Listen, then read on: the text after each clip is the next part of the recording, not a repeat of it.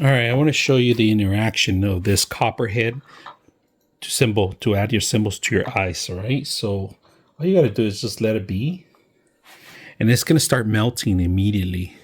If you guys can see, the contact with the ice automatically starts labeling it. So if you're a bartender and you want to add your logo or your design to your actual ice, so it could give you some more in a presentation to your drink, this is a great idea. So I'm just, like I said, I just put it there for a couple seconds, and then I'm going to remove it, and you can see it now clearly.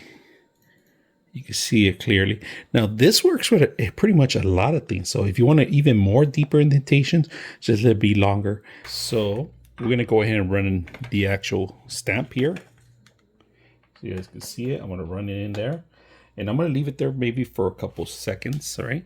It takes about maybe 15 to 30 seconds. All right. Depends on your ice.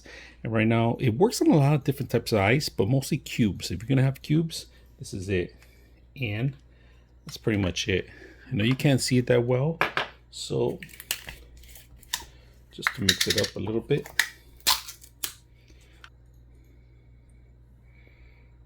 There it is.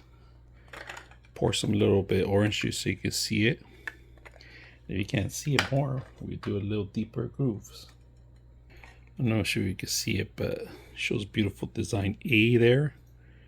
The deeper you go in, the longer you keep the actual stamp in there, right? So very simple design.